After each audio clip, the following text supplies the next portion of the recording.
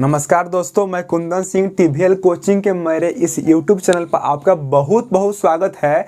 Video में हम कक्षा 10वीं के हिंदी के मोस्ट इम्पोर्टेंट कुछ ऑब्जेक्टिव क्वेश्चन का वर्णन करेंगे, जो कि पाठ 7 से है, जिसका नाम है परंपरा का मूल्यांकन। और इस पाठ के लेखक हैं रामविलास शर्मा जी। इस चैप्टर में कुल मिलाकर के 21 क्वेश्चन है और इन सभी प्रश्नों को हम बारी बारी से देखेंगे। चलिए इस वीडियो को नई उमंग के साथ शुरू करते हैं और हम बहुत अधिक कोशिश करेंगे कि आपका हिंदी में नंबर जो आएगा 95% नंबर आएगा, ठीक है, और कंफर्म आएगा। आप हमारे चैनल को सब्सक्राइब कर लीजिए और रोज वीडियो देखिए, आपको 95 नंबर पक्का मिलेगा, अवश्य मिलेगा, ठीक है। तो चलिए शुरू करते हैं आज के इस वीडियो को। पहला सवाल आप स्क्रीन पर देख सकते हैं। सवाल है परंपरा का मूल्यांकन क्या है। तो आपको याद रखना होगा, परंपरा का मूल्यांकन ना कहानी है ना जीवनी है, क्या है तो निबंध है, पैराग्राफ है, ऐसे है। परंपरा का मूल्यांकन पाठ क्या है, तो यह पाठ एक निबंध है, ठीक है। अगला प्रश्न है, इनमें से कौन रामविलास शर्मा जी की रचना है। इनमें से कौन रामविलास शर्मा जी की रचना है, तो परंपरा का मूल्यांकन। परंपरा का मूल्यांकन नामक जो पाठ है वह पाठ क्या है, तो रामविलास शर्मा जी का रचना है और यह पाठ एक निबंध है, ठीक है।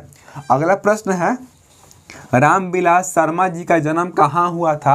तो रामविलास शर्मा जी का जन्म उत्तर प्रदेश में हुआ था। कहाँ हुआ था जी, उत्तर प्रदेश में हुआ था, ठीक है।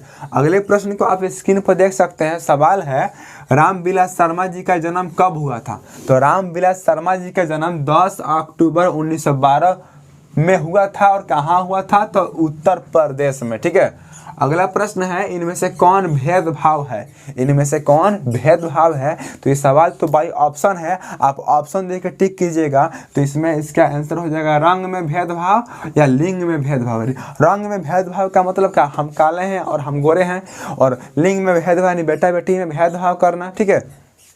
अगला प्रश्न है, साहित्य संक्षेप रूप में क्या होता है।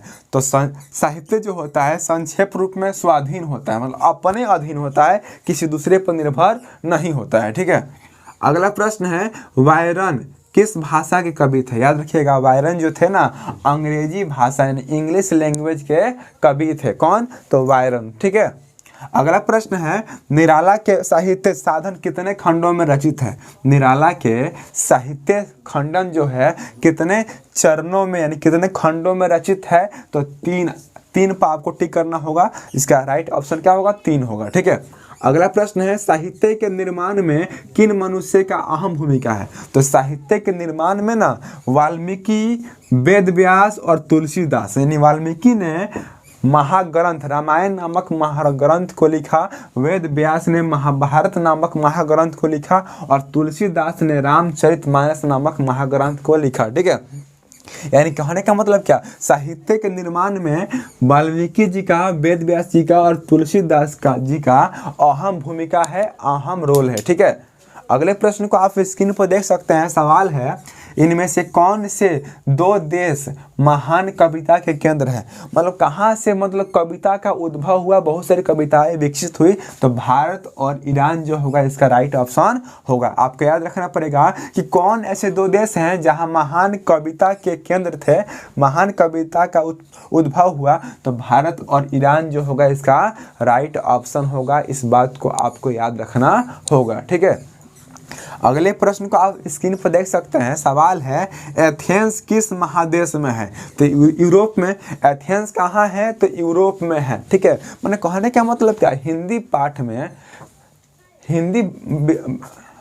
कहने का मतलब क्या, कक्षा 10वीं के हिंदी में सभी पाठ जो है ना कहानी नहीं है। कुछ पाठ कहानी है, तो कुछ जीवनी है, तो कुछ निबंध है। कुछ पाठ आपको आसानी से समझ में आ रहा है और कुछ पाठ में थोड़ा सा समय देना पड़ रहा है। तो आपको देना ही पड़ेगा, जो आपका सिलेबस में है हम वही ना पढ़ाएंगे।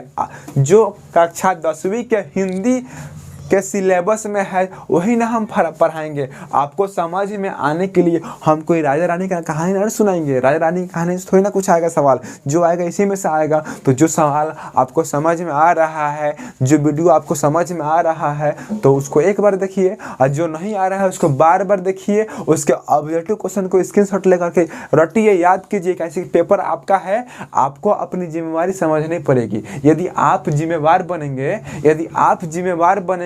तो काबिल बनेंगे। यदि आप जिम्मेवार बनेंगे तो काबिल बनेंगे, और काबिल बनेंगे तो कामयाबी अवश्य मिलेगी, सफलता अवश्य मिलेगी। ठीक है, तो आप अपने जिम्मेवारी को समझिए। ठीक है, तो कुछ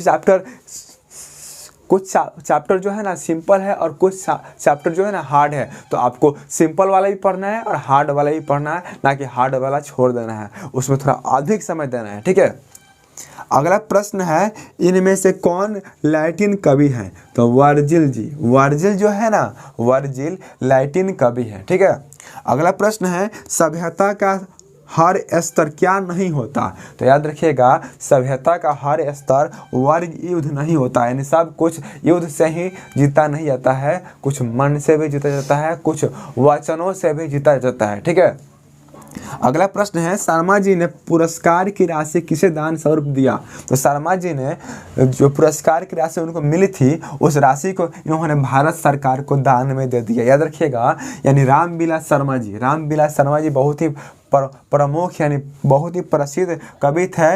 इनको जो पुरस्कार की राशि मिली थी, इन्होंने भारत सरकार को दान कर दिया। ठीक है, अगले प्रश्न को आप स्क्रीन पर देख सकते हैं। सवाल है, कौन बंगाल के प्रसिद्ध कवि थे? तो याद रखिएगा, रविंद्रनाथ